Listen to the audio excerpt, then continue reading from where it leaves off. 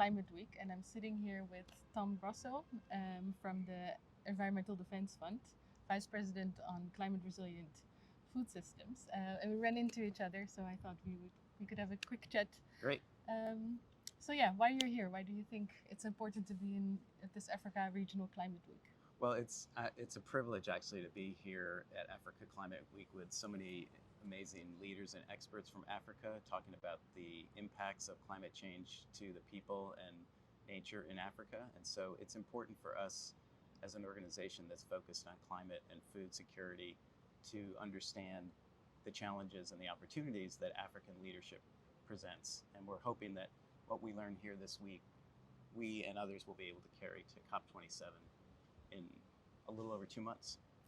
Yeah, that's right. It's a very short time. I think only over 60 days left. But one exciting thing is that together with EDF and other co-hosts, we're doing a food systems pavilion at COP27, which we heard got accepted. So that's very exciting. So talking about food systems, what were kind of the key takeaways from this week, or the key messages on food systems that we can bring back to COP27 later this year? Yeah, I think one of the most important messages around climate change and food is that we need to rethink the way that we produce and disseminate food in the world that provides nutrition for many people who are undernourished around the world, and also done in a way that's climate resilient.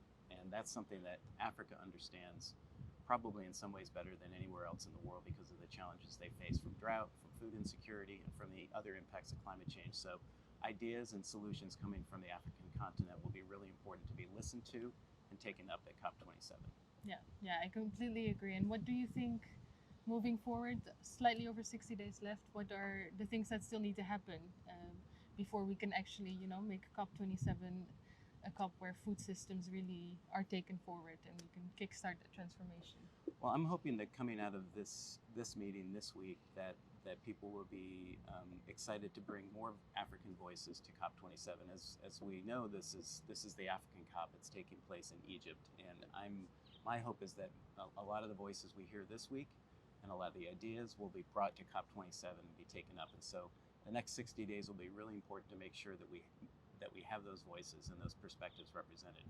Because historically, that has not been the case, and so this is a really once-in-a-lifetime opportunity for African leaders and experts to sort of have their say and make sure that their voices are listened to and that we take up their ideas.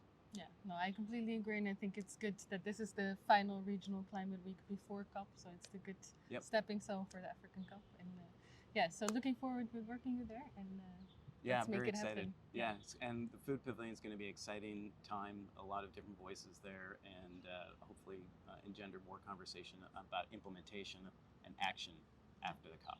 So, looking forward. Thanks, Leanne.